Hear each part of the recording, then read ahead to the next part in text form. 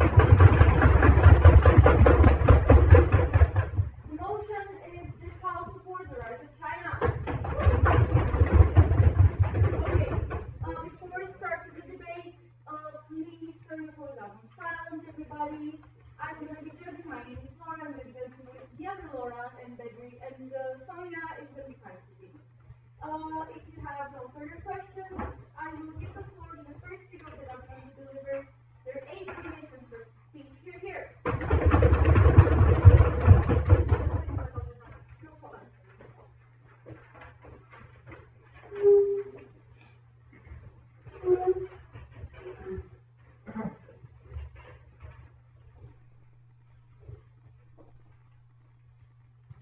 In English lore, when King Arthur brought the knights of Camelot together to pursue prosperity, it was done at a round table, a meeting of equals.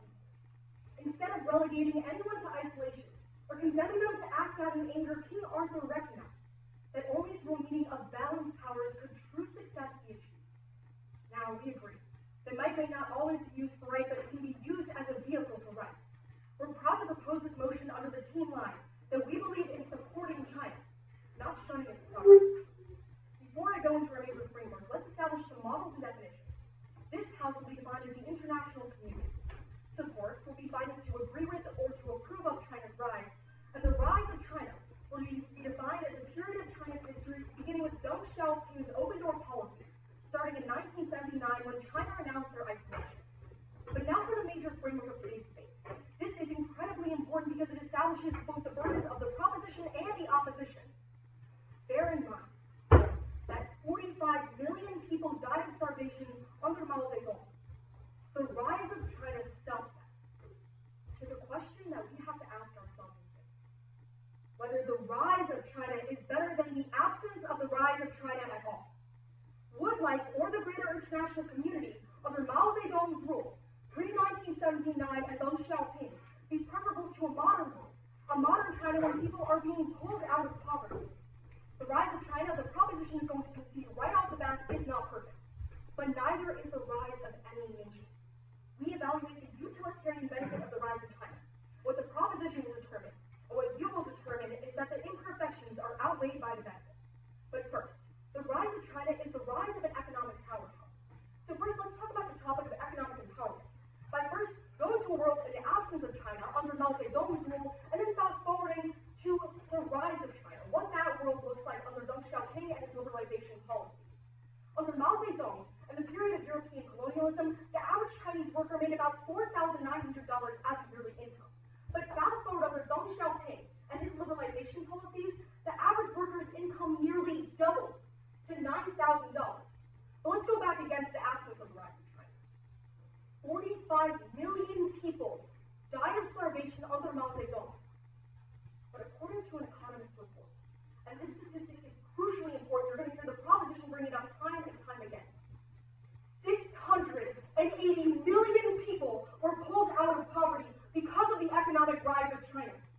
Under Deng Xiaoping and the rise of China, you have famished families finally able to put food on the table for their loved ones. People who were originally on death's doorstep actually having a doorstep leading into their own homes with their own roofs over their own heads. Compare that to the absence of the rise of China, and you find that you have 45 million people dying around you.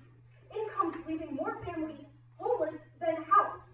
There is no way that the opposition can say that this would be preferable to no rise at all. Next, let's look at the principle of multipolarity. When you have four more nations sitting at the table. Now, there's a problem in the status quo where you have a few Western nations basically solely dictating global policy. But the issue is that when China has 1 billion people, we can't just have a uni, bi, or even tripolar round table. You need to have a multipolar table. Now, we see this multipolarity with China and the UN Security Council. Sure, China's position in the Security Council might be controversial. They might stop the United States and check it, which isn't always a bad thing.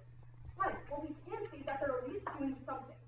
2 days ago, the U.S. Congress recognized China as a bigger part of the IMF and the World Trade Organization, granting more representation to China, as well as increased legitimacy to both institutions in their entirety.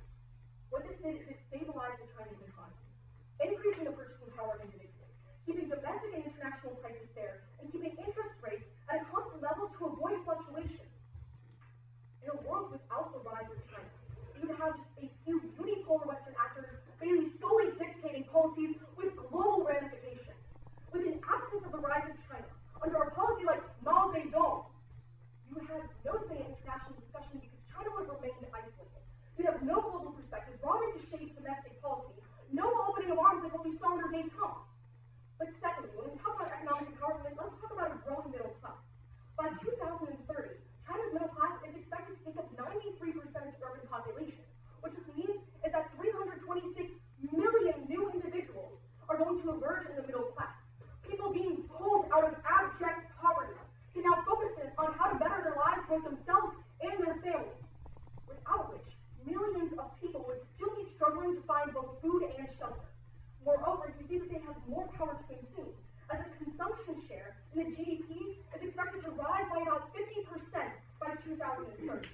For all of these reasons, we will concede that the rise of China might not be perfect, but when you talk about 680 million being pulled out of poverty, that's an impact that the opposition cannot ignore, and that is certainly preferable to something without the absence of the rise of China.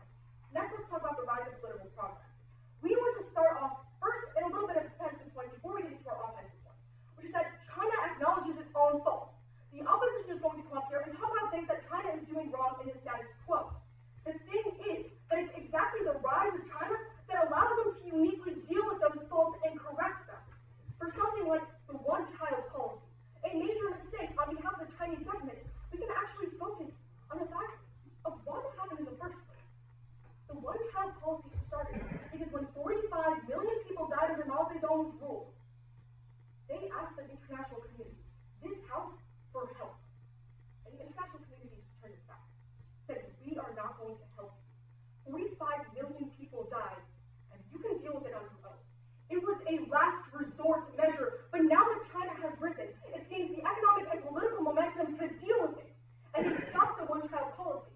They're stopping things like political corruption. Just recently, they imprisoned 106,000 officials who are charged with political corruption, both the biggest criminals and the smallest ones. They're trying to modernize communism, to make it less bureaucratic, to make stronger laws, and to grant more political agency to the individual. Secondly, what we see is that we're now supporting the international community with the rise of China. China is investing in things that are ubiquitously good. For example, they built up Kenya's power infrastructure so that in 5 years alone, we found that 2 million people were banked energy. But before I continue a point, give me one example when China was supporting the international community or any international policy in the status quo.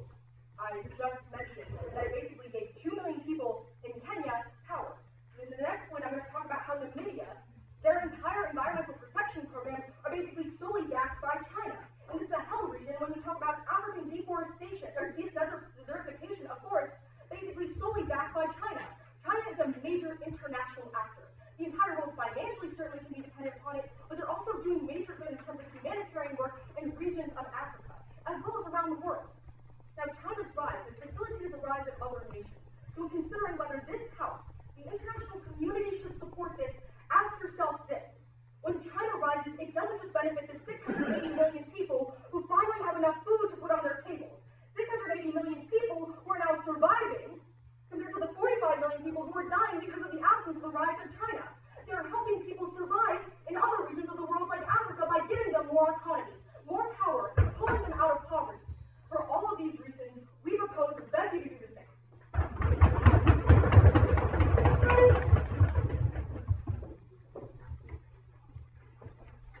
Okay, thank you for the speech. I can give the floor to the first speaker of the opposition.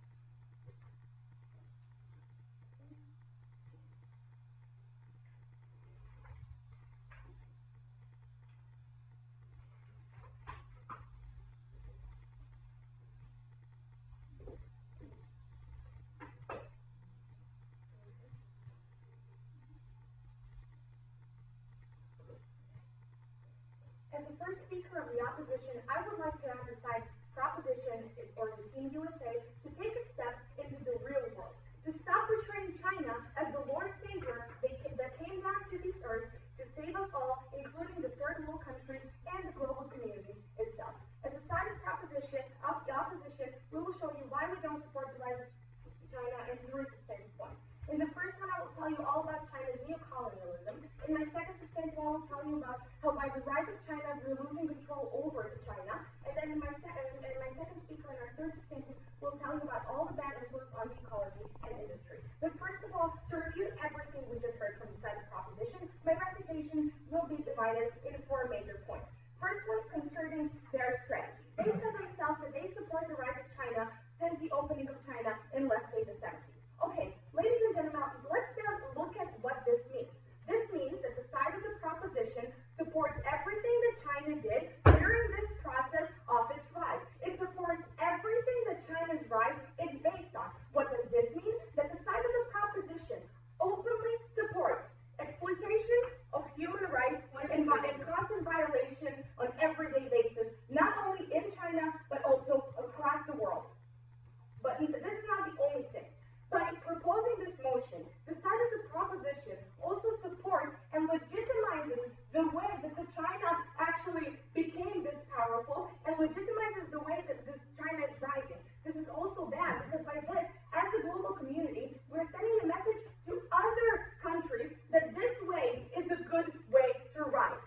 But they don't see the fact that this is not the only way to rise. There are other alternatives, such as those that brought Scandinavia, Australia, New Zealand, Canada, and many other to the rise that they have today. Okay, so now going on to the second point that they brought up, it's about the middle class and how now we have this growing middle class and people are not living below the line of poverty. Okay, what they can understand is that China is an oppressive country constantly violating human rights. And this cannot improve if we support the rise of China and with the growth of the middle class.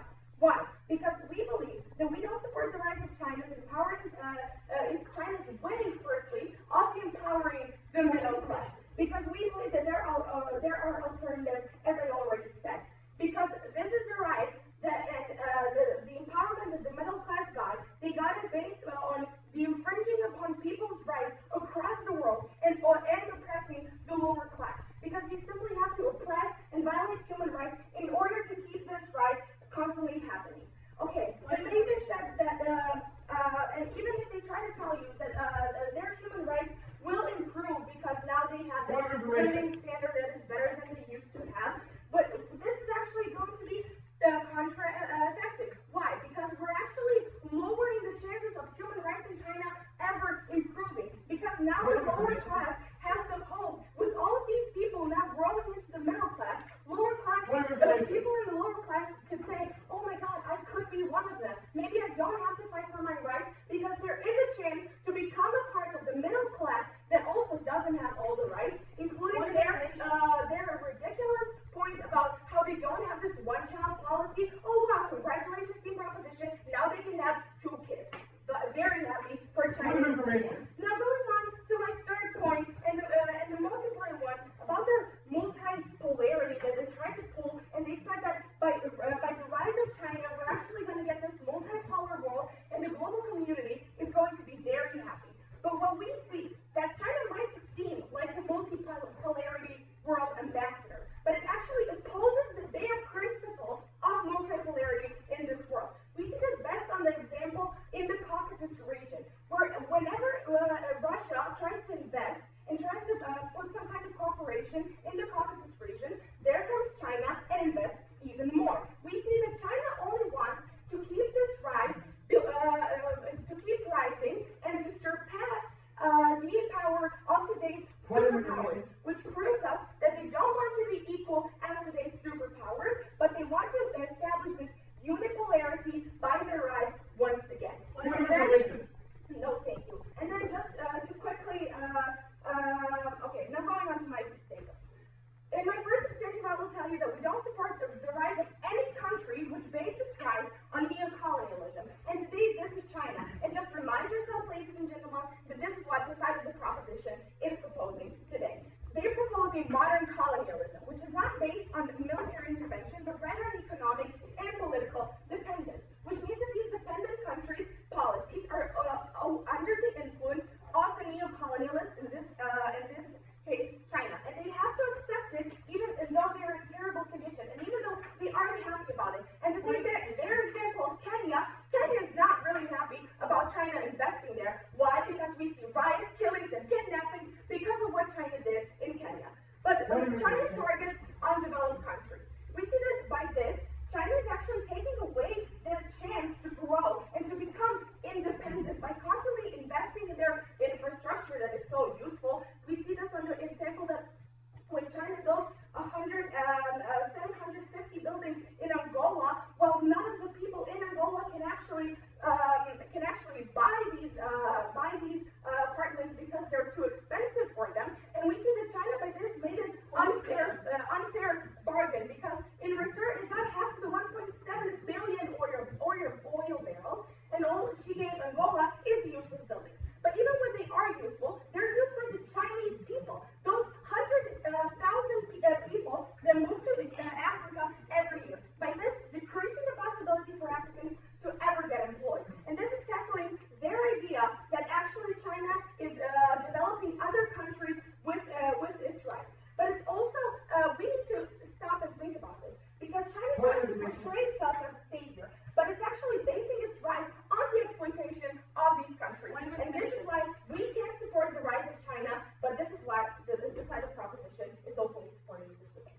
Which brings us to the second example. I'll tell you that we don't support the rise of China because then the international community has less and less power to influence and to put any kind of pressure on them, which is problematic on two levels. Firstly, on a domestic level, because we see whenever a country infringes upon its people's rights, the global community has to react. But we already see in the status quo that China is already so powerful that the global community doesn't have enough power or courage to put any kind of pressure on them to actually improve these human rights. But with the rise of China, we lose more and more of this ability, and the global community has less and less control over the wrongdoings that happen in China every day. But this is not only problematic on the domestic level of China, it's also problematic on the global level, because then China, with the rise of China, China just gets a greater power to impose its own policy, and because there is no real restrictions or real pressure.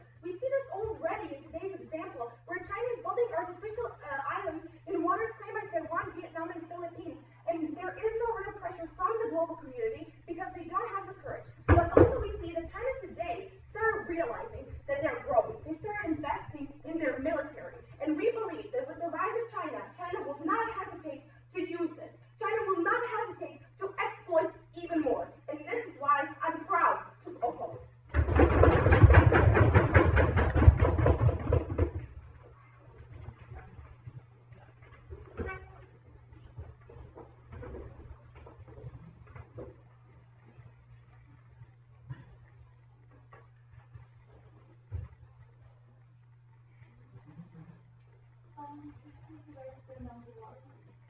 You want to not control us? Yeah. Yes, you got it. You want to use it during our own speeches? You can use my voice, it's not the sound. Understood. Okay? Yes.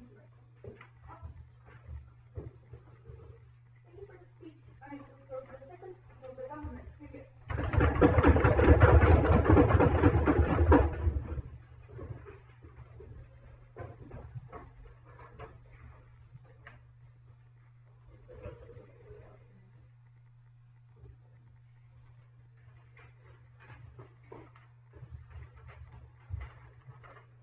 I want you to step back from a moment and imagine that there are two rooms in front of you. In the first room, a man starves while his family watches. Multiply that room by 45 million people. In the next room, a homeless man accepts a job in a factory that may not be the best job in the world, but is giving him ability to feed his family. And multiply that by 680 million. This is the stake of this debate. Not only to bring China to the round table, but to put food on the table for China's citizens. That we are so proud to propose, because those people's lives are primary to any of the concerns that team opposition has raised in this debate. Let's go on to examine this round. First of all, on the framework. They have accepted that this is a comparative framework between what was before the rise of China and what is after the rise of China. However, we would contest some of what they said.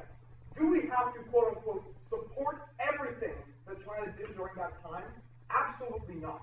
What we simply have to do is show that afterwards, the net benefit to China was greater.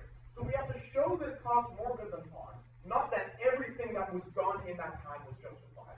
That would be an unfair burden. We also say that we would not let the perfect be the enemy of the great, because what China did was great. Justifying perfection is something that one should never have to do. Moving on, they say that we have to justify the means by which it rose. Again, no. This is another sort of swirly burden that the opposition is trying to put on the proposition. The only thing we have to do is justify that it did more good than harm. That is simply what it means to support slavery. Moving on to their case, the first argument is about neocolonialism. First of all, we'd like to point out that they gave us no real impact on lives from any of their arguments. So they talk about how China is being neocolonialist, but they don't necessarily say how like an individual person is affected by that. And let me tell you that somebody in the Senkaku Islands, somebody in the Caucasus region, is not affected in terms of their basic life by the things that China does. Whereas China's economic and political power is used to make people's lives better all over the world. So when we talk to you about 2 million people having power in Kenya, and they say no, but that's neo-colonialist, we say, okay, but 2 million people have power in Kenya. That is the impact to lives. That is what we must evaluate in a utilitarian framing of this round. Moreover, we'd like to say that we can concede that the motivations of China may be selfish in some ways. So, for example, in Nigeria, which doesn't necessarily even have the best human rights record, which isn't necessarily something that China is investing in for selfless purposes, China is being the creditor to thousands and thousands of businesses in Nigeria, which has led to a rise out of poverty in Nigeria that is the largest rise out of poverty that Africa has experienced ever. Nigeria is soon to be the third largest producer of goods because of the investment that China has made in that nation, which is leading to millions of people being brought out of poverty. So, yeah, the motivations might be selfish, but the impact to people is huge. That is what we must evaluate. We'll find out that neocolonialism. Moving over to the second argument, they say we're losing control over China. First of all, they say we. Who's we? If it's the international community, China should have a say, because they have 1/7 of the world's population. They say the global community has less control. No, this is a round table. China is part of the global community. They say China gets greater power, that's fine. But then they say something problematic, that China will be more bellicose because of their role in the international community. This is false. China wants to be legitimized in their role in the United Nations. Because of that, they have not committed any grievous human rights abuses in places like Taiwan or the Senkaku Islands. They have not killed anybody. They have not substantially made anybody's lives worse. This is because they want to be legitimized. But before I go into our case, yes. They're building islands on territorial property of Japan and Taiwan without even asking them. Yeah, but whose human rights does that affect? Who's really affected by that? It's building an island. Just literally, who cares? When we're faced with that 680 million lives that are brought out of poverty, we're faced with the 2 million people in Kenya that they gain power. They don't have an impact. That's all I'm saying. Moving on to our case, we've told you about the economic rise of China. That because of liberalized economic policies, because of industrialization, because of the ability to have freedom and ownership of property, 680 million people's lives have been brought out of poverty. From a place where they did not have food for their families to a place where they had food. We told you about multipolarity, that in a world with isolation, China's people would still be starving, but now with support, they are not. That now, the world has a global perspective from China, that now there's a middle class. The only thing they say to this argument is that they got there by infringing on people's rights. What we'd like to say to this is that they did not have rights at all,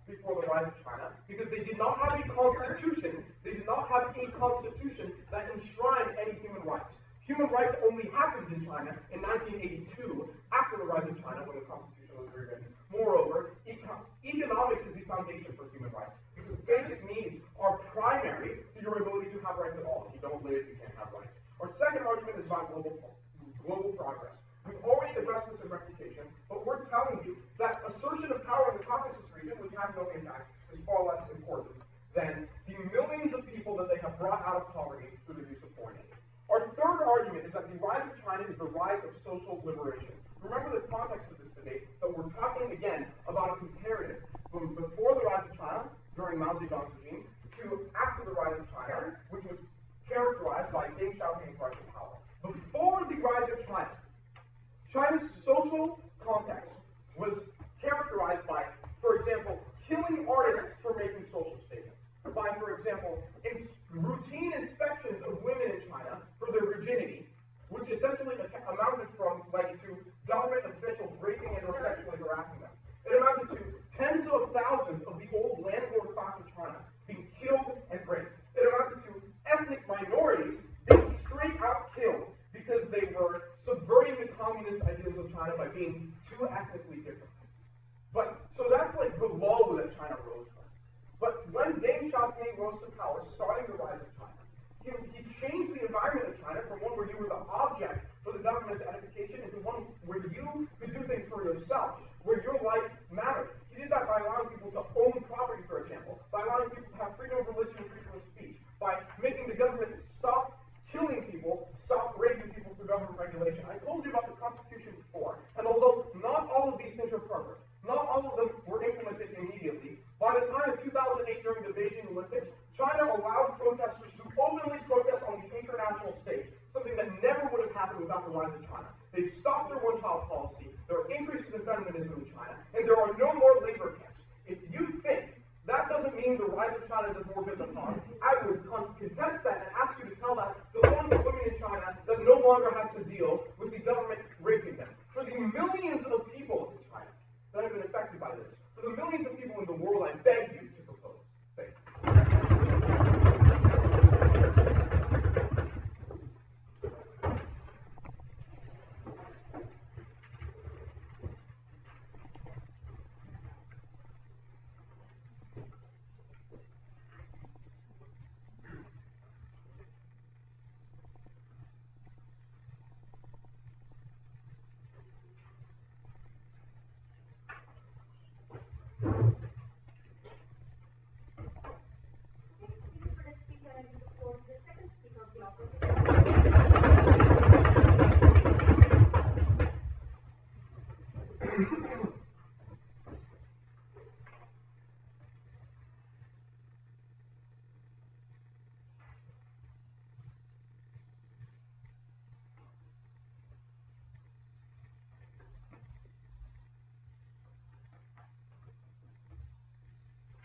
You go to the movies and see a really good film, and you want to tell about it to your friends, you want to describe it.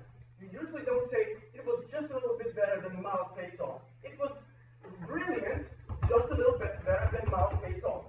This is not the way we support something. This is not the way we like something. This is the way, oh, it's just a little bit better than terrible. This is what the side proposition keeps doing throughout this whole debate. Because their burden of proof is never to compare history to today. Because whichever history we compare to today, we see progress. What their burden of proof is to support the rise of China, how it rises, which means to support every part of its rise and consider it good and positive, which they are not doing in this debate, and we find this critically wrong. How I'm going to prove this to you in this debate is through three major points of refutation and my 13th standard. Those three major points of refutation will be, firstly, about their whole strategy with history and Mao Zedong and the whole mechanism of China's rise. The second one about people's rights, which is basically their only point in this debate. And thirdly, about impact on other countries and how China actually does bad things for other countries. So let's begin. As I said, their only thing in this debate that they actually prove is that it is better for something to be bad than terrible. And yes, we agree, but this is not where they propose their motion. They should be saying the great benefits that we have from China rising. No, thank you. They should be saying, look, we see really good things, not that we see less bad things. And this is information. No, thank you. This is the big deal about their proposition, because they say, look, now we even allow people to have two kids. Well, we think that if a state has to allow someone to have kids is a problem. There is progress, but it's again bad, but not terrible. And again, if we see the middle class rising, we still see infringement upon rights, and we still see that it's bad, but not terrible. And we think that the side proposition neglects all of the bad things that happen through China's rise, and that's why I'm going to tell you what exactly happened through China's rise and what does it base its rise on, because it's very important for this motion to analyze exactly that. So, how does China come to its rise? It comes to smart political maneuvers and neocolonialism. It gets there by exploiting third world countries, building useless buildings in Africa, in third world countries, and getting oil from them, making unfair bargains. They do it by infringing human rights to have cheap labor. They do it by polluting the air, by having cheap industry. They base their rise on bad things. They base their rise on unpositive things that the side proposition just decided to put aside and not even consider it, because they think that that it is good for that any positive outcome is good, whatever the path was. So if we decide to kill half of the planets for our people to feel better, that's justified. We believe that's not justified. We believe that today we have to consider. No, thank you. We believe that today we have to consider the process of the rise of China and see that that's not you can establish growth of the middle class and human rights in other means, such as we have different countries that never had neocolonialism and still have good rights in their country, still has growth of middle class, such as we said, Canada, Scandinavia, and so on. So we believe that because of the side proposition never fulfills its burden of proof to prove to us why they believe that the mechanism of the rise of China is good, and that's why they should propose this motion. They never actually propose it, and they can never actually win this debate. But to our second refutation point about people's rights and how it's their only excuse in this debate. We see that middle class is rising. That's why we should neglect everything else that is bad. We see a couple of problems with this.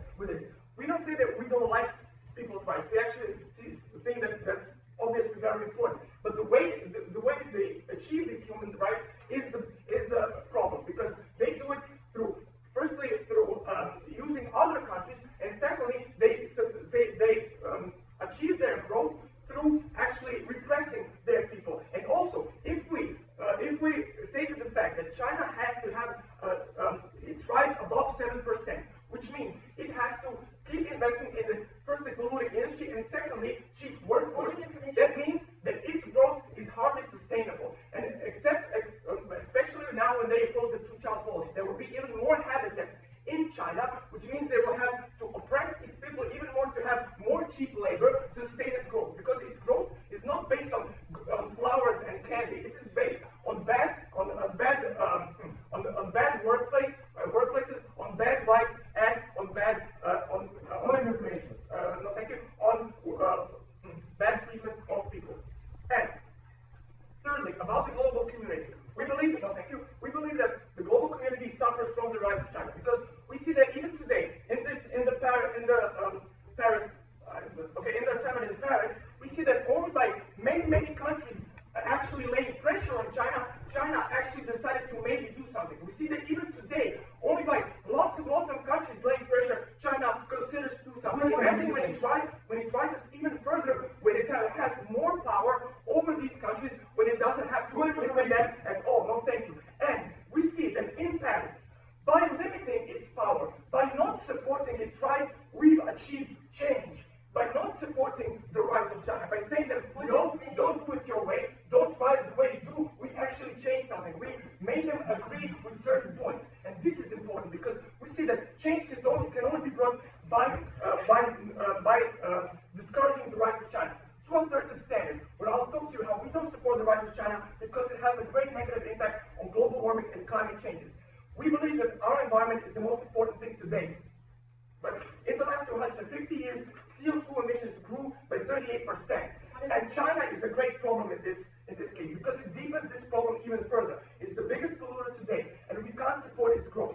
For example, based on a 2012 Asian Development Bank report, less than 1% of China's 500 largest cities meet the World Health Organization's air quality standards, and 83% of Chinese breathe unhealthy air. And when they're talking about Beijing, please, 70% of all deaths in Beijing are because of air pollution. And actually, breathing Beijing air is like smoking 40 cigarettes a day. What are we even talking about? And Beijing 2008, the Olympic Games, they actually manipulated the whole thing by shutting down the industry for the world to perceive them as they actually are making progress. And even when they shut down their industry, the air was still unhealthy considered when it is compared to air in the Western and other countries. So we see that China deepens this problem, and by a rise in China, it only has to pollute even more because it's based its rise on polluting industries because they are more cheaper, and by it's basing its economic growth on polluting industries which are cheaper, it gets more profit. And in order for it to get its growth above 7%, which it needs, it has to rely more on these polluting industries because in order for them to turn to clean industries, they are more expensive, the profit goes down, and there is no rise in that sector.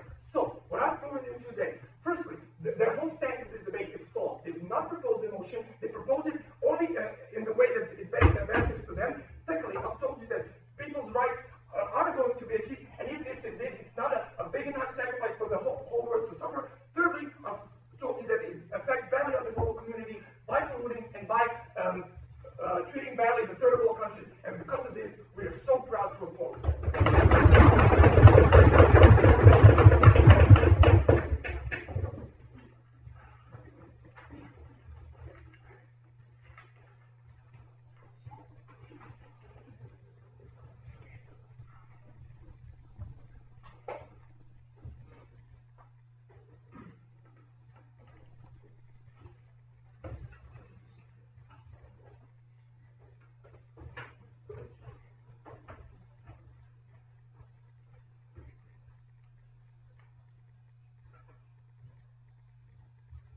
Okay, thank you for the speech and for the history of the government.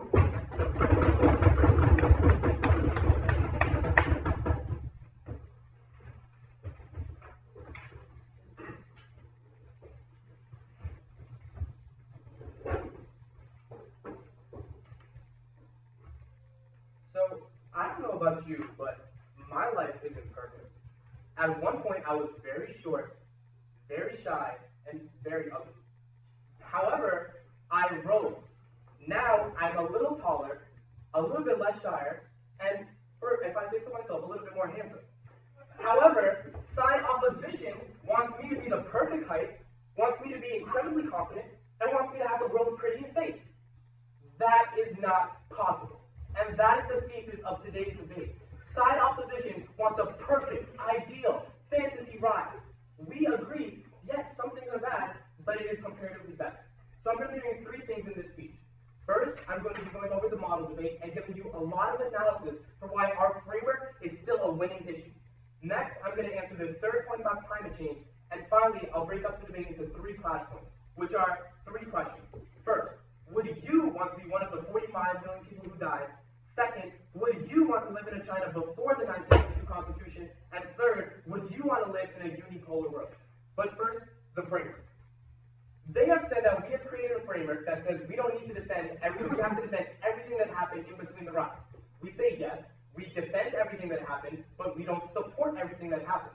Why? Because perfect should not be the enemy of great. Think about it yourselves. We cannot support a rise that is so ideal that it does not have some atrocities in between. We agree, things like the one-child policy are bad. What happened? China recognized it as bad, repealed the policy. These are things that had to happen for something good to happen.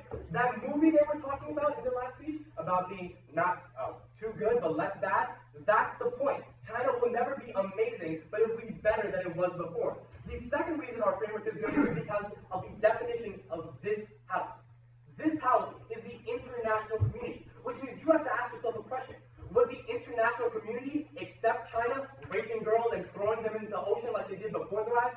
Would this house accept China killing 45 million people because of starving before the rise? No. That means the international community would support the rise of China, not because it was perfect, but because it was a little bit better than before. Now, the final thing I want to talk about our framework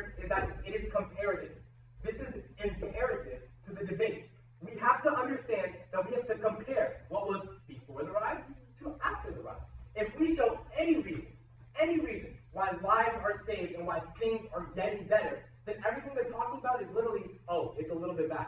Yes, we agree, things are getting better. Now, on to the third point about climate change. This is ridiculous. China just went to the world's biggest conference December 5th in Paris, in which they had multipolar discussions. Their argument was, oh, China was pressured to go. Okay, pressure is a good thing. Pressure is a good thing because it gets you into the discussion and it is able for you to talk about it. Second of all, statistics refute this. China spends 80% of its sources on renewable source energy. Before it's talked about coal, but now it's investing in more solar energies that it's talking about. Second of all, the only reason China came to the table because it was after the rise. The rise allowed China to recognize that it is doing some pollution, it's doing stuff that is bad, it should probably change it. Before the rise, China would have never have came. China wouldn't even have got to the table to discuss ideas. The only way to have discourse and to have diplomatic discussions is if people recognize you as an actual power. Because they recognize China, that's why they came, that's why they were able to do something about pollution. We don't agree about China's pollution. We think it's bad. But we think after the rise, it's getting better. Yes, in Beijing, people are dying. We understand that. But things are getting better. They're investing in more sources. They're coming to conferences. They're discovering ways. China created the policy at the Paris conference to think of new ways. That's why it's better. Now, on to the first flashpoint. Would you want to be one of the 45 million people who died? It's very easy for them to say, oh, it's okay, China's doing stuff that's bad. But it's very bad when they dismiss our numbers. And the numbers are crucial. That before the rise, 45 million people died. That's 45 million people that side opposition has their hands on because they have not sufficiently done with that. The average income increased from $4,000 to $9,000. Another number completely gone, not answered. People were able to have food on the table. People were able to have a house. People were able to survive for their kids, support them. They have not answered that. Their only answer to this has been neo-colonialism.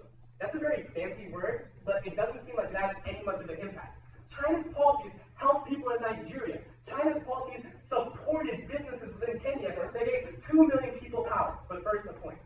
So do you think that the goal here justifies the means of achieving it? We think that if you help 2 million people, then that's a good thing. The means are never perfect. I'm sorry you want me to have the perfect face, but I'm never going to have the perfect face. China will never have the perfect economy, never have the perfect policies, but comparatively, it's better. Second of all, their only argument was that it was neo-colonialist. Again, liberalizing your policies, liberalizing communism, created rights. Now, the next thing I want to talk about that's very important under this subpoint is about the economy. The economy is the foundation to human rights. How can you have any rights if you don't have the basic needs to support yourself? What provides the basic needs? Oh, right, the economy. Which means we have answered all of their arguments about human rights by saying the economy is a prerequisite. It is the foundation for human rights. If we show the economy has changed, we have shown human rights have changed. Second subpoint. Would you want to live in China before they rewrote the 1982 Constitution? Obviously not. Because before they rewrote the 1982 Constitution, women were being raped to inspect if they were still virgins. Would you want that to happen? No. Feminism was not even a thing in China. Now it is. Ethnic minorities were being slaughtered because they didn't address the ideals of communism. This all changed after the 1982 rewriting of the Constitution. The United States itself, our own country, had done some bad things, but they changed it when they added amendments to its Constitution. Our argument is China has not been perfect, but social democracy, social liberalization has started because of a rewriting of the Constitution. Now, let's talk about the one-child policy. The one-child policy happened, which Julia mentioned, for a very good reason. After 45 million people had died, China obviously had an overpopulation problem. They asked this house, they asked us for help, they asked the international community, we shunned them away. We said, no, we're not going to help you. So what would you do? Obviously, you would have something as bad as the one-child policy because you don't want another 45 million people to die. We don't support the one-child policy, but we say because we did not support them, they had no choice. Which means after the rise, when they were able to economically develop themselves, politically develop themselves, socially develop themselves, they got rid of the one-child policy. You cannot claim that we live in an ideal world when you shunned us away from the international community. Now, on to the third point. Would you want to live in a unipolar world? We have made it very clear that the United States and Western regimes are the only ones at the table who have the discussion, who have the power to make decisions. That is not a good way in which are a beneficial way to the global policies of the entire world. China getting seat at the table is important. Maybe China doesn't agree with everything, maybe we don't agree with China, but getting a seat at the table is important. Maybe China's not perfect, but getting a seat at the table allows us to understand. So here's the summary. Here's how you write out your vow. You vote for side proposition because you would rather live in a world that happened after the rise of China, before the rise of China. There are 680 million people that rose out of poverty that side opposition has said nothing about. Those are 680 million people that have lives, that have impacts, that have food on the table. That's why we propose the motion. Thank you for doing so.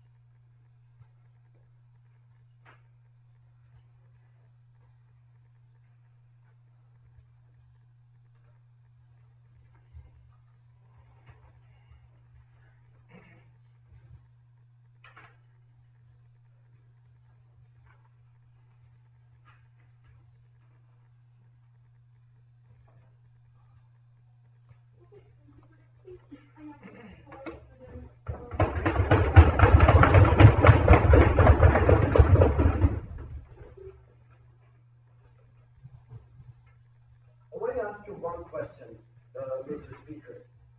This is the thing that the side of proposition is claiming to us in this debate.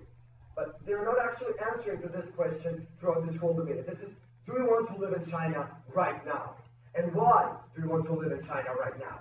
Because they're stating to us, yeah, we do not want to live in the past of China. As we do not want to live in the past in any country that has colonialist or any kind of beliefs in this world. But we actually say that the side of proposition is not answering this question. They're not giving any clear example to the why do they want to live in a status quo in China. What I'm going to do in my speech is show you that the side of proposition throughout whole this debate clearly neglected their burden of proof, clearly neglected proving the mechanism that the China is with which this China is rising, clearly neglected the cases and the examples in the real world of China having negative impacts on the world, but also clearly neglecting that they only have one benefit to rise of the China, and that is getting rid of the world poverty. What are we going to show you in this debate, and what we clearly show you is in this debate, that the side of the proposition will never achieve this utopia they're talking about. So the side of proposition, they're first started to talk about their model. They first started to talk about the mechanism they're trying to achieve this rise of China. And we, as the side of opposition, clearly stated throughout 3 of our speeches that they are comparing the system which was a genocidal system on Mao Zedong, and now comparing something that is slightly, even the little bit point better. They're not stating how actually is it better to have a little bit better rights. They're not stating how China is showing any development to human rights. Rather, they're constantly having logical fallacies in their case by showing that China, a fascinating thing, has a social democracy. First problem is when talking about social democracy. They're stating that with the rise of China, the people are having more right to say things. But we actually say that China is constantly masking things that are happening in the status quo, and it happened in the past. Look at the killings that China did. Look at the censorship of internet. Look at forbidding its people to have the freedom of speech. These are all things that China has in the status quo, and they're not solving this problem. The side of proposition hasn't showed us in any point how are they solving the problem of China. No, thank you, sir. How are they solving the problem of China not developing human rights at all? But then they're justifying the social democracy by saying, yes, people will have, they're going to be less, there's going to be less poverty. Yes, we agree poverty is an awful thing in this world. Poverty is really bad. But what we actually see is the mechanism that China rises. already happened in China's past. We see 1912 when China had first semi-democratic elections on which the leading elector on the elections was killed, and then the 35-year-old war started. They are stating to us that liberalization will create a temporary help to the middle class. But what he actually also stated, no, thank you, is that they're creating a huge problem with the human rights when trying to help those poor people. Why? Because if I want to provide my family with a food, if I want to provide my family with money, I will try to put something else besides it. I will try to give that family a freedom to walk outside, to tell something to someone else. I will provide my family possibility to reproduce, to have unprotected sex, and to have more than 2 children on this world. Because they're stating that one-child policy or their 2-child policy is a huge development from infringing on someone's human rights. They're not stating to us how are they actually defending the mechanism of China. They're constantly they actually agreed upon the point that they support every part of this mechanism, but they are not trying to prove us the benefit of this, any benefit of this support. They are not proving to us why this mechanism will work in the future and how it will not fall apart. Then they come to us and talk about the multipolarity. But what we stated throughout 3 of our speeches about multipolarity was that with the rise of China, it might seem like we are going to achieve multipolarity, but what we are actually doing, thank you, sir. But what actually China does is actually opposes the principal idea of multipolarity. We gave the example of Caucasus region when it's currently investing in moving Russia from that area, in overpowering Russia in that area, and trying to rise more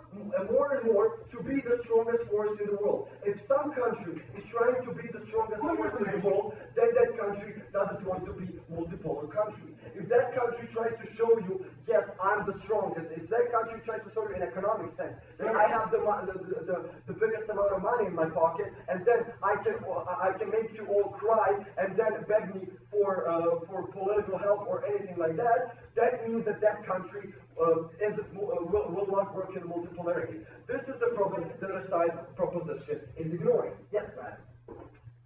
Can you list a single nation that has ever had a rise without a single fault?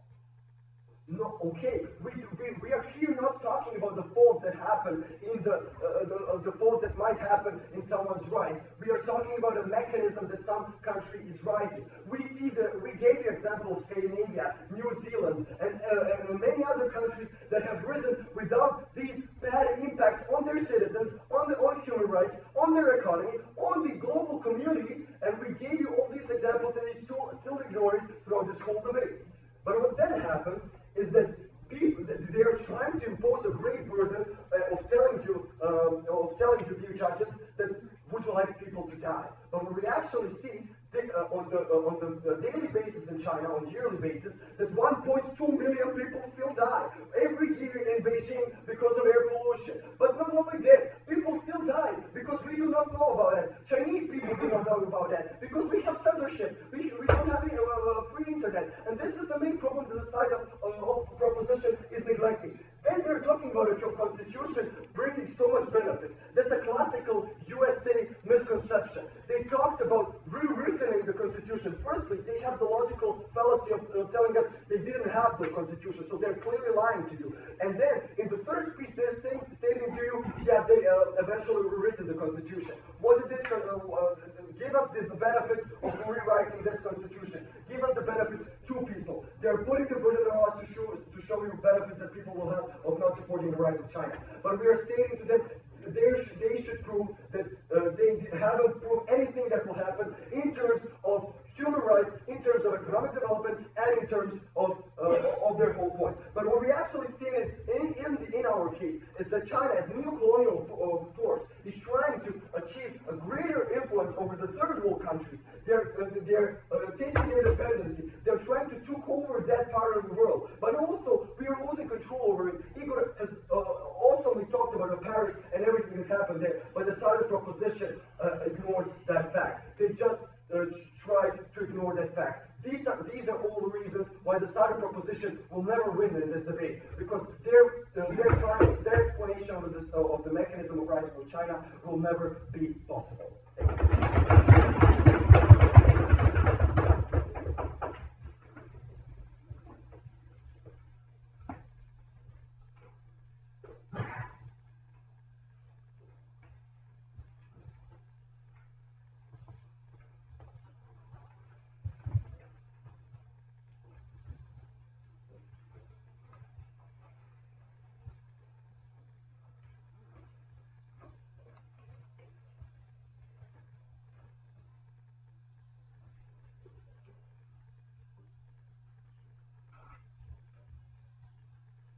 Okay, thank you for the speech and the social trust for the opposition.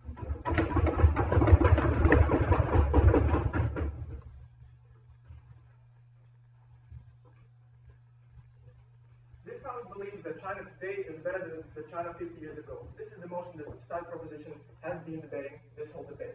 And we believe that they see this debate, or they see China, and we see China, as a small infant, as a spoiled brat that we have to support. And what we see by this is exactly as the side proposition has explained. So they believe actually, that we should support, that the global community should support China, neglecting all of those bad facts, remaining blinded to all of these bad things that China does just in order for it to rise. Which means what they actually do by that is that they make no change in that particular manner. They just allow China to rise without considering all the consequences that its rise before had brought and its rise in the future. Because to win this debate and to actually debate this debate, you have to have a very good analysis on what China bases its rise on. Because in the end, this is what we debate about. We debate about whether we support this rise of China, whether we like the way China rises, and whether we like the thing it does while it rises. And we see a great problem in the side proposition in this whole debate. Because as a side opposition, I've told you, there is a clear path of events that happened in the past and is happening now, which is specific to China's rise. The first thing, the only reason why China today is great and has a great economy is because two things. Firstly, infringing upon human rights.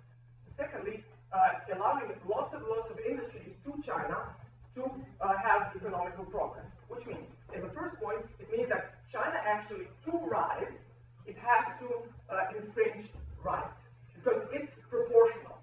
If they don't infringe rights, they have to give more liberties and more money and more power to the people, and therefore the party can collect all the profit. So if you think that if human rights get better, China will fall. If human rights stagnate or get worse, China will develop. This is proportional, and there is no one without the other, because we've seen that China has based its rise exactly on that point. And that's why the side opposition has proven to you in this debate that the rise of human rights will not happen, because the middle class is not equal to human rights. Just because the economy has grown and the middle class has grown doesn't mean they have more rights. That only means that they have more capital. But that too might change if China wishes to sustain its growth above 7%. Also, secondly, the environment. We believe that if China wishes to grow further, it has to have more of these polluting industries that pollute the environment and bring bad things to this table. But the most important thing, and the one that side proposition has never actually laid their fingers on, is the whole thing about control, where we think that China has risen so much today that tomorrow already it will be too late. We believe that today, when you see China building artificial islands, expanding its military actions, the first time since 1949, in 3 years, having more military operations, investing more money in military than in the last 50 years or so, we see that China has realized something. Hey, I'm so powerful right now that I can do whatever the hell I want. And if we support that rise, we support the idea of China doing anything the hell she wants. Which means taking any allies from Russia in the Caucasus region, exploiting third world countries, for oil and giving them little to nothing in return, and having power over political choices in the global community. And if you see right now that multiple countries together putting pressure on China did very little, imagine what will happen if we support its further rise. Thank you.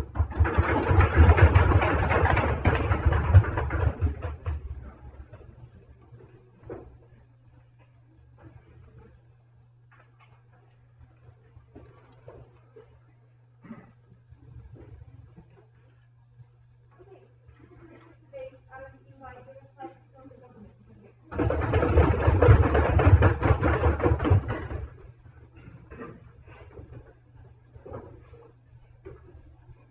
If I went to see a movie that gave 680 million people food on the table and saved 45 million from starvation, that movie wouldn't be just better than Mao Zedong.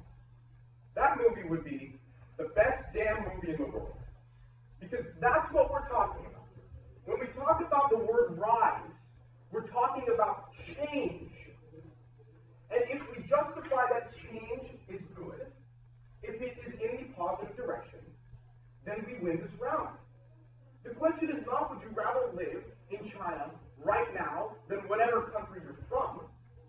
It's would you rather live in a world without the rise of China or in a world with the rise of China?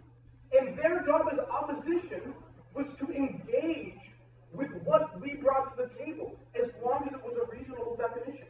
And they did not do that, even though our definition is abundantly reasonable. So just based on framework, we won this round. But I'm going to move on, because there are more important issues to discuss. Two classes in this debate. First of all, who creates a better comparative quality of life in China? And second of all, what is the global comparative? And remember, this debate is a comparative. On comparative quality of life, they say, quote, that we have only proven one benefit, that we eliminate global poverty. Yeah, that's why we win. Because all of their arguments about human rights are keyed upon people having lives, being able to put food on the table, being able to just live is primary. It's a prerequisite to having human rights like free speech. And so all of their arguments about human rights just fall by the wayside in a world where we protect people's lives. But moreover, let's talk about them. We don't necessarily think we need to justify it, but let's talk about them anyway. They say we don't cause an increase in illness. We've listed quite a few ways in which we do. We've listed a constitution, they call it American. No, constitutions are revised all over the world. They're pretty much the only way in which people can get rights. They're the way in which China got rights. Freedom of speech wasn't a thing in China before the rise of China, because they didn't have it in their law. They want to say human rights aren't good now, but before, they just didn't have them. That's what we have to look at in this debate. They would not have existed without the rise. Moreover, there are other means that were good. Liberal economic policy, enormous subsidy for poor people, building factories, like investment in businesses, all elimination of the one-child policy. All of these are means that we've shown you that outweigh the harmful means that they talked about. And even considering that, not all countries, and in fact, no country in the world, has had a perfect rise. Let's look at Canada, one of their own examples. Canada got where they are, in part, because they abused their native population. Pretty much every country has a story like that. Industrialization, inherent in that, is that you must abuse some sort of worker to get it done. That's sad. We don't think it's good, but it's what happens. That's what constitutes a rise. The second class is about the global comparative. They say, they don't actually give you what the world looks like in the comparative. They tell you about the Caucasus region, in which China is contesting another neo-colonialist power for power. Fine, we think that's good.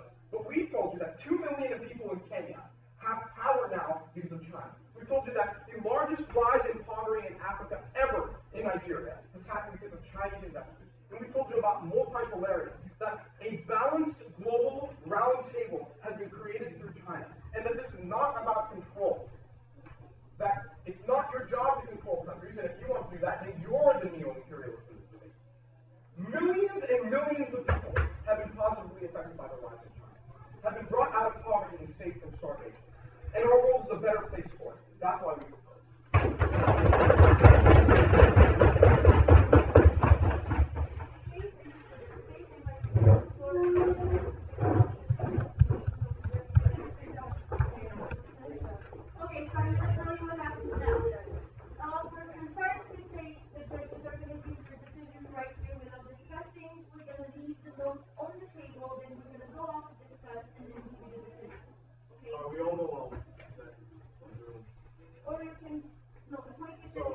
Yeah, right. I see you not discussed.